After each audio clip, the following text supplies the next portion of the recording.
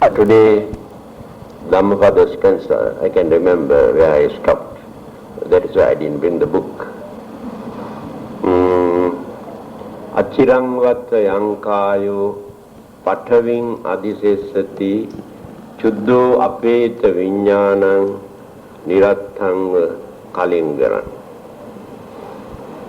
This sayings of the Buddha explains the real nature of our physical body. Physical body is so precious, most valuable thing here in this world.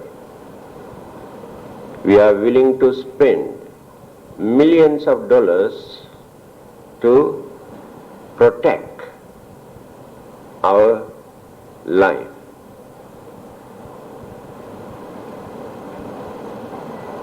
Supposing when you suffer from certain sicknesses, if doctors say either hands or legs must be amputated, otherwise cannot save the life, then for the sake of our life, we willing to sacrifice one of our legs or hands and spends a few $1,000s.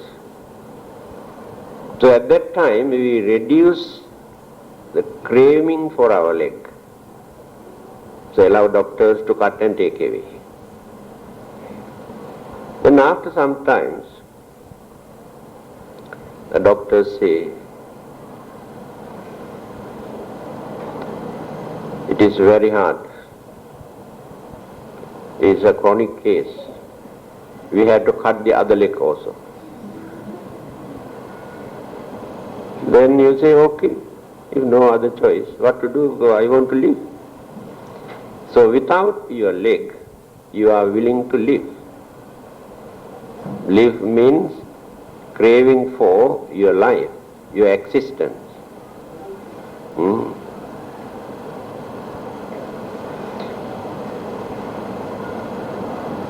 Again, the same doctor come and tell, your life is in danger. If you are willing to spend few $100,000, we can save your life. Otherwise, very difficult. Then, so whatever you have, and by borrowing from here and there, you agree to spend few $100,000 to save your life.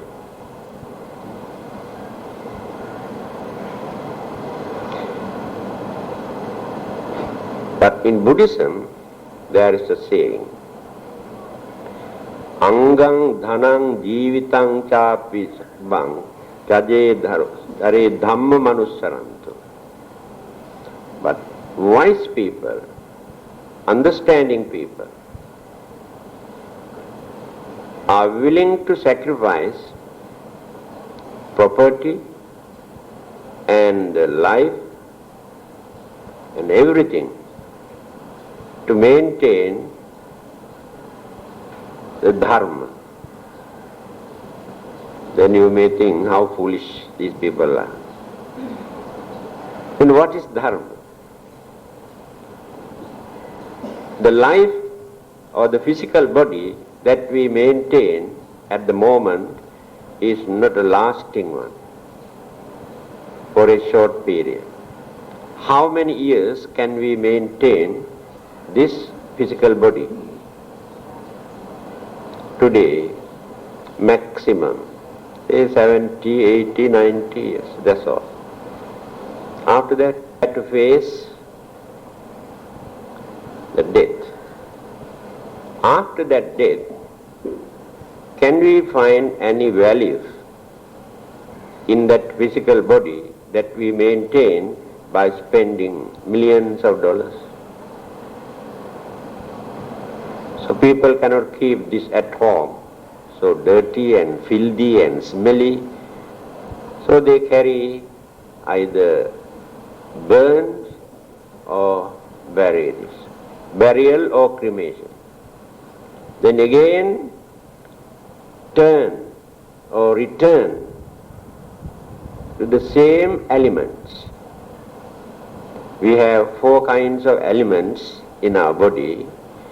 So when the death takes place, all the 4 elements in our physical body again absorb into the same element. Now no more physical body. But the person who departed or who died never disappeared. That is not the end of life.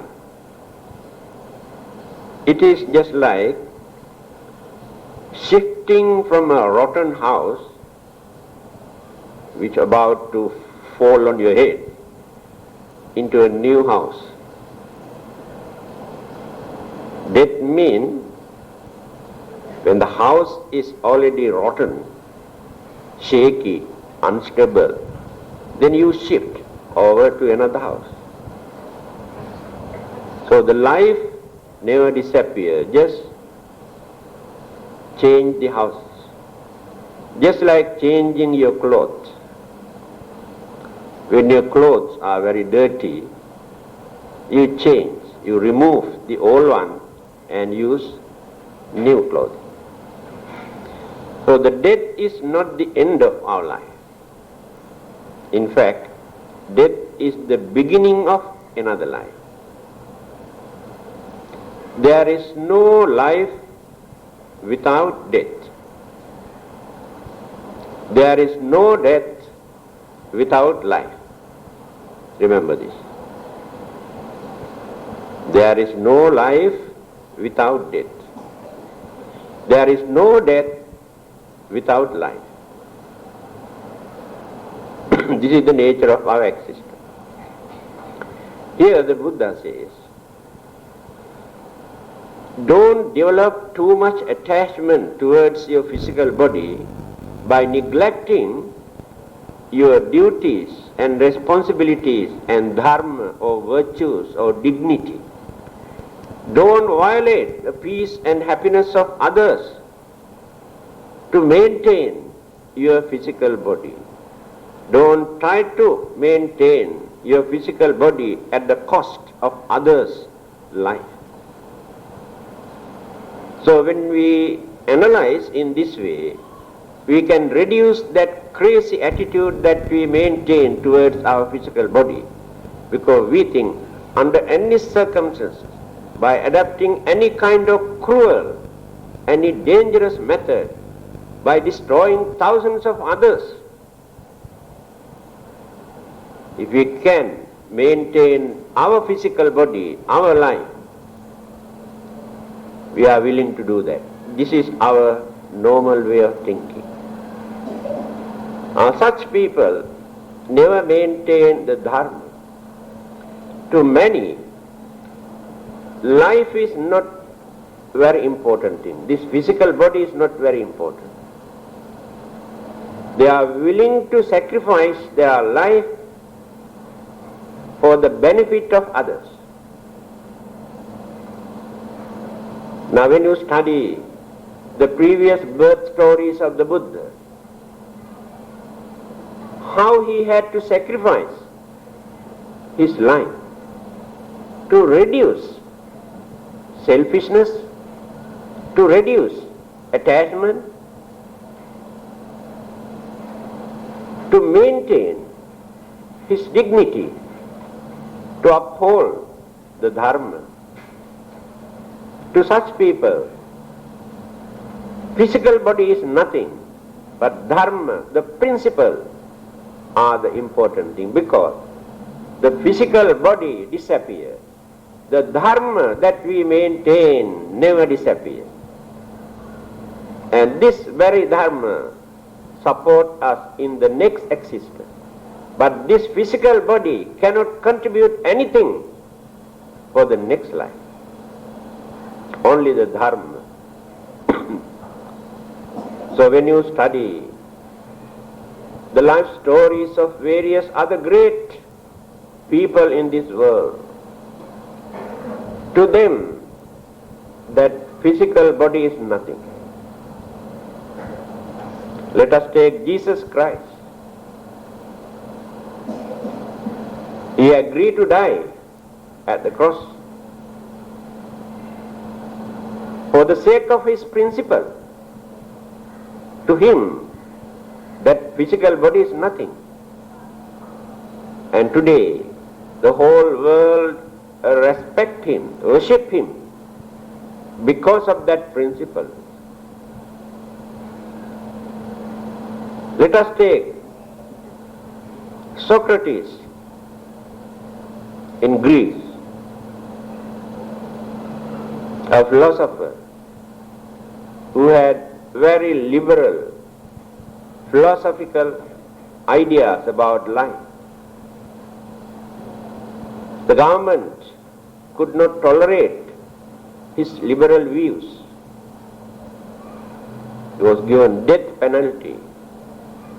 Those days, they give a cup of poisons to drink. So when people in the jail came to know that this is a great man, they told him, if you like, we can help you to escape. Then Socrates told them, not to me, because Socrates is so near to me. So he told them, yes, I can escape today. But do you think that I can escape from death? Why don't I face it here and finish it? So he did not want to run away. He faced the death voluntarily, without running away. And today, his name is in the world history. The whole world respects him as a very liberal philosopher. Very liberal ideas. In fact, he told, I am following my mother's job. And people could not understand because his mother was a midwife. Now how can you say you are following your mother's job? Yes, because my mother helped ladies to deliver babies easily. So I help people to deliver their ideas easily. So same job. So this is the way how they analyze things. Again, many others. Let us take Mahatma Gandhi. He knew his life was in danger.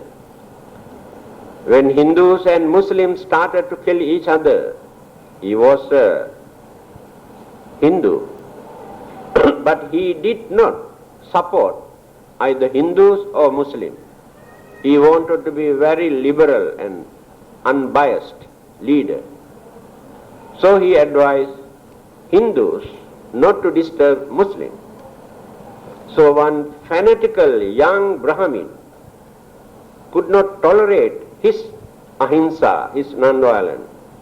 So he was shot dead when he was attending a prayer meeting. So he had to sacrifice his life for the sake of his principle. That is how people become great people in this world. In America, why he had to face untimely death?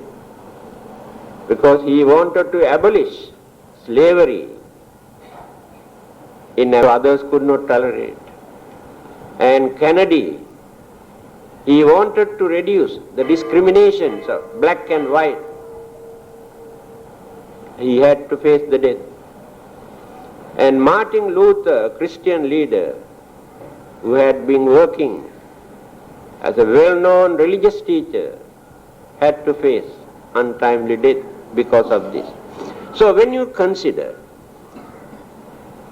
great people who try to maintain good principles,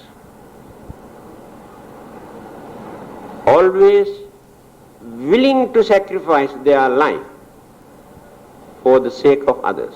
To them, that physical body is nothing. Let us take the Buddha. After gaining his enlightenment, how many times people tried to kill him? 3 attempts were made by Devadatta and some others to kill him. But no one can kill a Buddha. But they injured. His feet was damaged, had a big wound.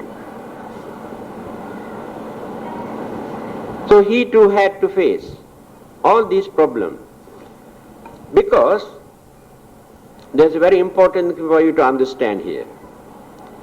Doing good means trying to go against very strong evil forces. That is why it is very difficult for us to do good. When we try to do some good thing, there will be a very strong force to oppose. If you stop your good work because of the strong force that going to oppose you, attack you, topple you, then you cannot carry on. So the Buddha had more experience, life after life, not only within this lifetime. So cultivating our virtues or good qualities is not easy. Always we had to work against, just like swimming in a river, against the current, water current. It's very easy for you to swim by following the current. But if you want to swim against the current, you have to struggle. In this evil or wicked world, when you try to do some good deeds, always we get a lot of disappointment, unsatisfactoriness, criticism, accusation. But many people get fed up with these things and give up their good work. But some others, they continue. In spite of all these criticism, accusation, obstructions, they carry on their work. Then they win the battle, but not others. So, in this saying, the Buddha says, this body won't last long, remain for a few years. One day, this will collapse. Whatever precaution we take to maintain this, it is only a temporary solution. There is no life in any part of the universe that which exists without facing death. Otherwise, existence never takes place. Anything that which exists must come to an end. Otherwise, no existence. You have learned existence means combinations of so many elements and energies and factors and known and unknown things. So all those things cannot remain as a bundle forever without changing, without disintegrating, dissolving. It is natural. So it is not an act of God or devils or anybody else. All these things are natural occurrences. So by realizing this, the Buddha has advised us to contemplate, reflect on death. Some people are scared to think, to talk about death. They are self-hypocrites, as if that they never die. When we think about death, the fear that we maintain at the moment slowly fade away, disappear. So one day when the death comes, we know how to welcome it. Shakespeare has said, the death come, let it come, why worry? Because we know, definitely, it will come to us one day, then welcome. Instead of crying and hiding and worrying, and do you think you can stop it?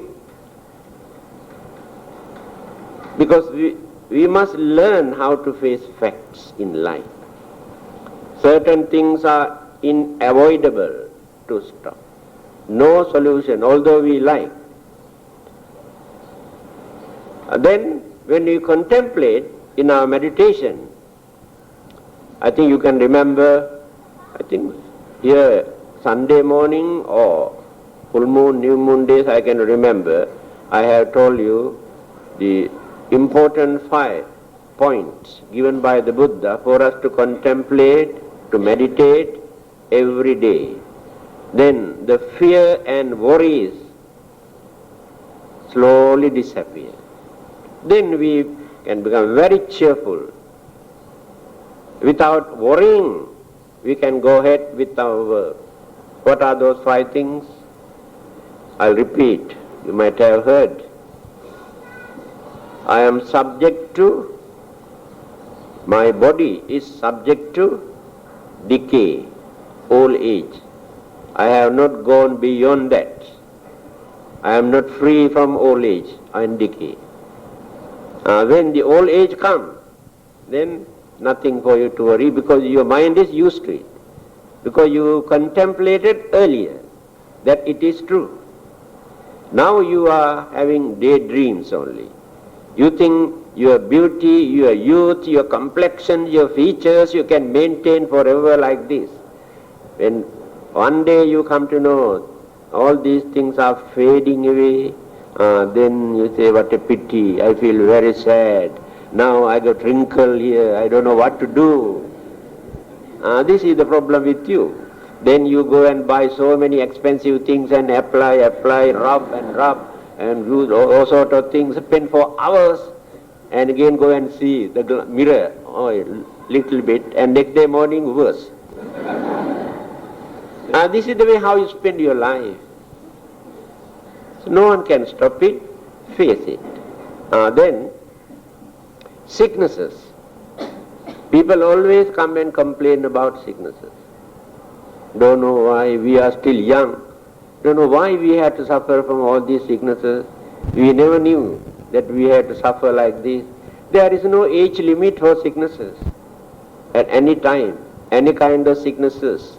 Because the formations of this physical body is such, the elements in the body can create any kind of sicknesses.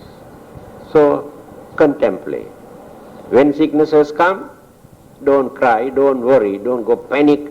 If there is any precaution that you can take, take precaution. That's all. Then, marana dhammo mi maranang anatitoti. The death. One day we had to face the death. It is natural. Whether we are rich or poor, educated or not, religious or not, good or bad, makes no difference. Every living being in this world had to face this natural death. Death is not the end. Another existence takes place. So our duty is to mold that next existence and make use of this existence to shape up, to build up next existence. But this is also endless job. How long can you carry on like this? So at the cost of this one, you build another one. After gaining that one, you use that one again to build another one. This is an eternal problem. Then the Buddha says, it is not advisable for you to go on like this, dragging life after life. One day there must be an end to this. That is called nirvana. So we are working to reach, to gain that final goal. Otherwise, no peace, no end, no happiness in our life. Then, 2 more. All our beloved ones, our relatives, our friends, our husbands and wife and children, friends, and our valuable property, jewelry, gold, diamond, land, houses and everything. Definitely, one day we had to separate, depart from them. Forever you cannot keep them with you. You cannot be with them forever. Suddenly, unexpected things take place. Thieves enter into a house and take away all your valuable things that you have collected. Then you collapse. You cry. Because of that attachment you had. No harm you can collect. And you also must know how to protect that you earn. This advice also given by the Buddha. Arakha sampada. Uttana sampada, work hard, the Buddha says. But after gaining arakha sampada, you must know how to protect without wasting, neglecting. Then samajivitata. You must know how to make use of your things properly to enjoy your life. Don't be stingy. Eat nice food. Have nice dress. Enjoy your life. But respectable way. Not a childish way. Not a vulgar way. Enjoy your life in respectable way. Buddhism never say you cannot enjoy your life. See? Then whatever way you adapt to enjoy your life, again you have to separate from all these things. So when you are going to die, you won't gain any kind of happiness at that time by thinking how you enjoy your life. Never gain happiness. Create more frustration. That means automatically the idea appear in your mind, what a pity, now we cannot enjoy. When others enjoy, you develop jealousy. That's why very old people don't like young people. Because when young people enjoy, old people cannot tolerate. Then they shout. It is jealousy. So, only thing that gives happiness at the last moment is all the good deeds that we have done. Now this morning, you are spending your life like this. This is a noble way of life. You are listening to a very reasonable religious advices. By learning something, you try to build up your way of life to lead a respectable life. So this time is a very important time for you. If not, by this time you can go somewhere else and enjoy your life. Singing and dancing and merrymaking and going out with your friends and boyfriends and girlfriends and so many things. But those things never gives happiness in the end. There will be a lot of problems. Definitely there will be problems.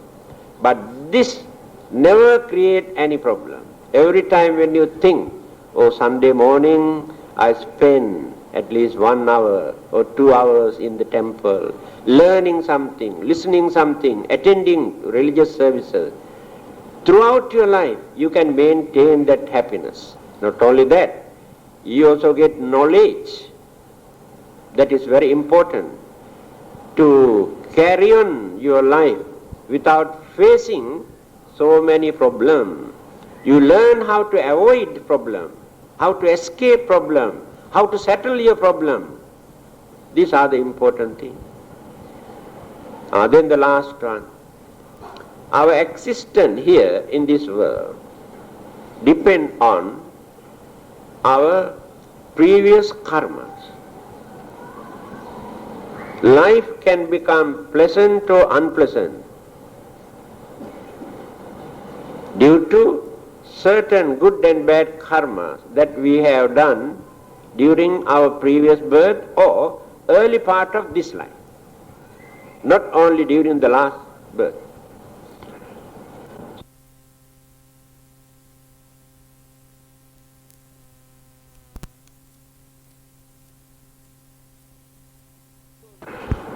So we are spending what we have earned as karmas.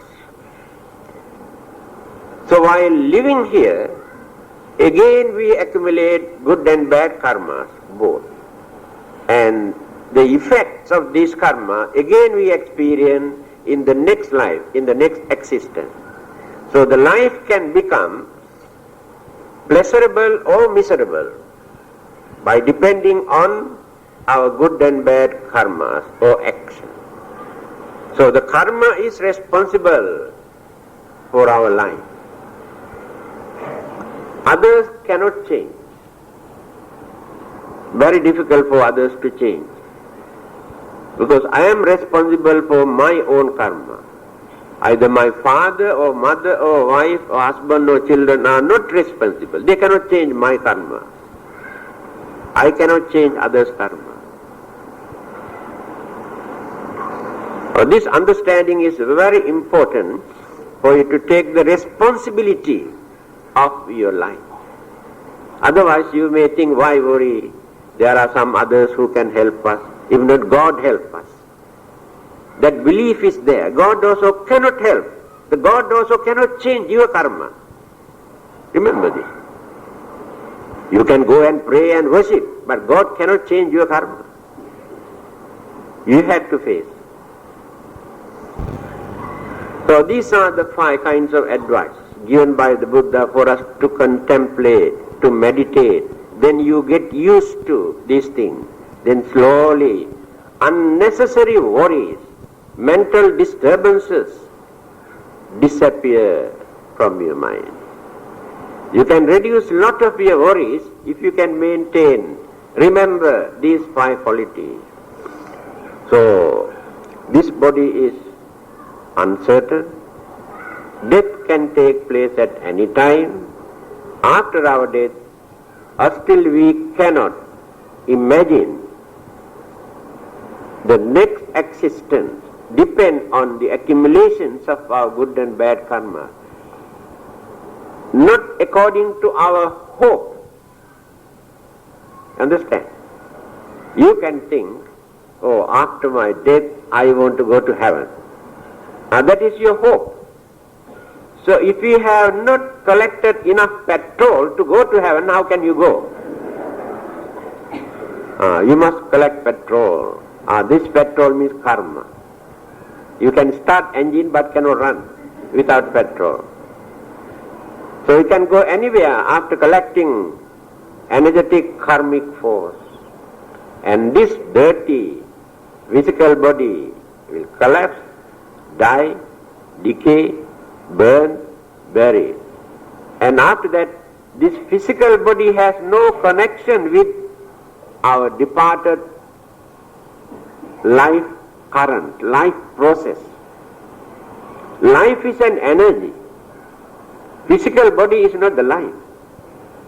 Physical body is to accommodate the life energy, life process in this frame.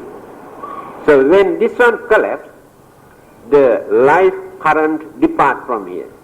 Again enter into another one. Then build up another one there. Exist for some time. Then again depart from there. That is what we are doing. Remember this advice. Achirang vatayang kayu pataving adisesati chuddho apeta viññānaṁ niratthaṁ kalingaram. So the body that we maintain as the most precious thing become a useless piece of wood in the end. That is why they burn it, they bury it. But life inside this frame is the precious thing. So we must know how to promote, how to build up this life, but not the physical body. You can develop your muscles and sinews. You can apply all sorts of things to beautify. You cannot beautify your life. You can beautify your body. Body is not your life. If you want to decorate, you must decorate your life. There are so many nice gadgets to decorate your life. When you apply kindness, compassion, sympathy, harmony, cooperation, patience, tolerance, generosity, all these things you can apply all over the body, but not in the body, in your life. Then the life becomes very, very beautiful. The things that you apply in your physical body cannot beautify your life, but only physical body which will decay and die. Please remember this. So there will be another speaker, so I should not interrupt him. Okay?